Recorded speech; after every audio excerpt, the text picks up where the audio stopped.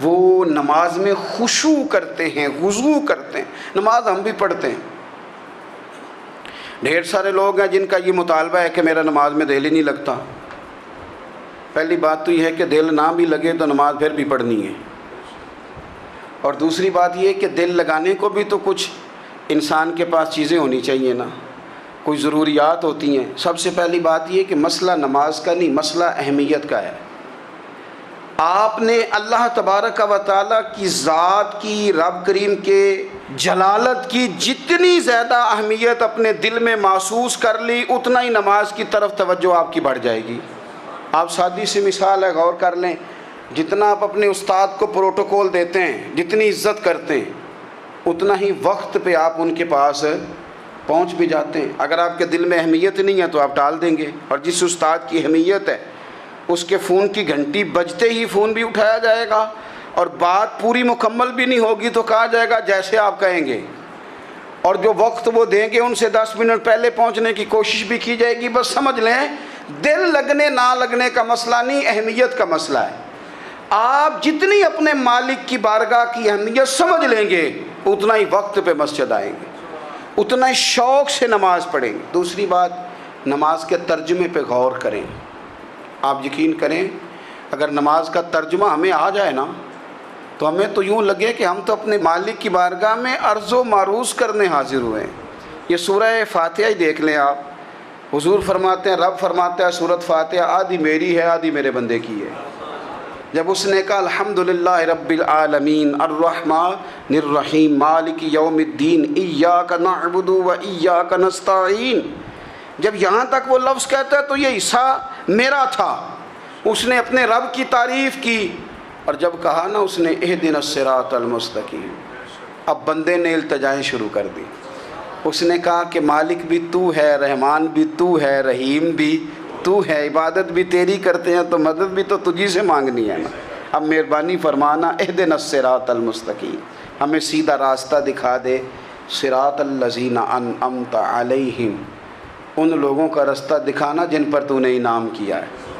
غیر المغضوب علیہم ولا الضالین، ان کے راستے پہ نہ چلانا جن پر تیرا غضب ہوا، جو گمراہ ہو گئے ان کے راستے. تو نماز میں جب ترجمے پر آپ کا غور ہوتا ہے تو آپ کا تو دل خود بخود لگ جاتا ہے، شوق بڑھ جاتا ہے آپ کا. تو اتنی چیزیں ہم زندگی میں یاد کرتے ہیں، تو اگر ترجمہ بھی نماز کا یاد کر لیں اور پھر شوق سے پڑھیں تو آپ یقین کریں طبیعت کھنچی چلی آئے گی. ہمارے یہاں کچھ لوگ نماز پڑھتے ہیں پر بڑی لاپرواہی سے پڑھتے ہیں، کبھی ادھر دیکھتے ہیں کبھی ادھر دیکھتے ہیں، کبھی بال سہلاتے ہیں. اور میں نے دیکھا ہے سجدے جا رہے ہیں تو سیانے سیانے بندے کبھی کپڑے کو چھیڑ رہے ہیں کبھی جگہ کو چھیڑ رہے ہیں. میرے نبی کریم صلی اللہ تعالیٰ علیہ وسلم نے فرمایا ان لوگوں کا کیا حال ہے جو اپنی نماز میں نظریں آسمان کی طرف اٹھاتے ہیں، رکوع سے اٹھے تو اوپر دیکھنا شروع کر دیا، کیا حال ہے ان کا. اور پھر حضور نے ایک موقع پر تو سختی فرمائی، فرمایا جو نماز پڑھتے اپنی نظریں آسمان کی طرف اٹھاتا ہے وہ باز آ جائے، ورنہ ایسا نہ ہو کہ رب اس کی آنکھیں ہی چھین لے. وہ باز آ جائے اس کام سے. خشوع کے ساتھ نماز پڑھے، عاجزی کے ساتھ نماز پڑھے، اس کا دل لگا ہوا ہو نماز کے اندر. میرے نبی پاک صلی اللہ تعالیٰ علیہ وآلہ وسلم کے غلام حضرت انس بن مالک رضی اللہ تعالیٰ عنہ فرماتے ہیں کہ رسول پاک صلی اللہ علیہ وسلم نے مجھ سے فرمایا تھا کہ بیٹے نماز میں ادھر ادھر دیکھنے سے بچو، کیونکہ فرمایا نماز میں ادھر ادھر توجہ کرنا یہ بندے کو ہلاک کر دیتا ہے. ہلاکت ہے اس میں اگر تم نے ادھر ادھر توجہ کی. نماز تم مالک کی بارگاہ میں کھڑے ہو اور تم دیکھ ادھر ادھر رہے ہو. تو ایک تو نماز عاجزی کے ساتھ. پھر فرمایا والذین ہم عن اللغو معرضون، وہ لوگ جو فضول باتوں سے، لغویات سے اپنا منہ پھیر لیتے ہیں، فضولیات سے. ہمارے ہاں نا بہت سارے لوگ ایسے ہیں جو بلا وجہ ان چیزوں میں دلچسپی لیتے ہیں جو ان کے مطلب کی نہیں ہے. ان کے مطلب آپ کسی سے ملیں کہتے ہیں کیا حال ہے، ٹھیک ہے جی. بچوں کا کیا حال ہے، ٹھیک ہے. بچے کتنے ہیں؟ تو بھئی آپ کو جب پتہ ہی نہیں تھا کتنے ہیں تو حال کیوں پوچھا آپ نے؟ آپ کرتے کیا ہیں؟ آپ کا بڑا بھائی کیا کرتا ہے، چھوٹا بھائی کیا کرتا ہے، ابا جی کیا کرتے ہیں؟ بھئی آپ کے مطلب کی بات نہیں.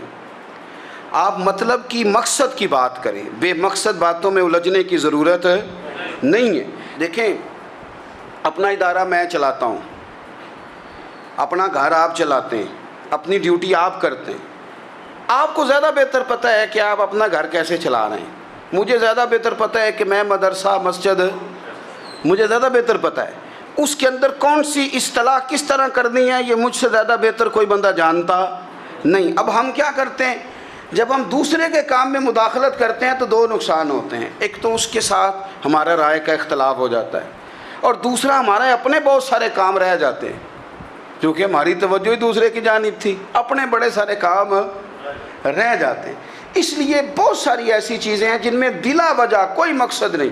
ہم پرانے لوگوں سے باتیں سنا کرتے تھے، ہمارے بزرگ کہا کرتے تھے جڑے پنڈ جانا نہیں، جڑے پنڈ جانا نہیں اودہ راہ پوچھنے دی کی لو۔ لغویات میں نہ الجھیں، فضولیات میں نہ الجھیں، یعنی ٹو میں رہنا، ٹو میں۔ آپ یقین کریں، میں نے پرسنلی طور پہ اس چیز کو محسوس کیا ہے کہ ہمارے بہت سارے اہم حقوق صرف اس لیے مس ہوتے ہیں کہ ہماری اپنے سے زیادہ توجہ سامنے والے پہ ہوتی، سامنے والے۔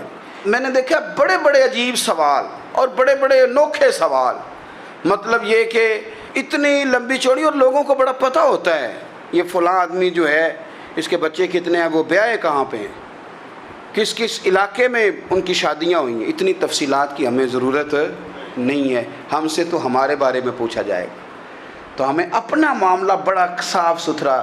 دیکھیں کیا سونی بات کی مدینے والے رسول نے، قربان جائیں حضور کے جملوں پر۔ ایک شخص نے پوچھا حضور سونا اسلام کون سا ہے، خوبصورت مسلمان کون ہے؟ تو نبی پاک صلی اللہ علیہ وسلم نے فرمایا وہ خوبصورت مسلمان ہے جو بات اس کے مقصد کی نہیں، بے معنی ہے، وہ بات وہ چھوڑ دے۔ بے مقصد باتوں سے الجھنا جو بندہ چھوڑ دے وہ مسلمان بڑا سونا مسلمان ہے۔ ہم کمزور اس لیے ہوتے ہیں کہ ہماری توجہ زیادہ دوسروں کی باتوں پر پڑتی ہے۔ پھر فرمایا والذین ہم للزکاۃ فاعلون، وہ لوگ جو زکوٰۃ دینے کا کام کرتے ہیں، صدقات کرتے ہیں، خیرات کرتے ہیں، وہ کامیاب ہو جاتے ہیں۔ پھر فرمایا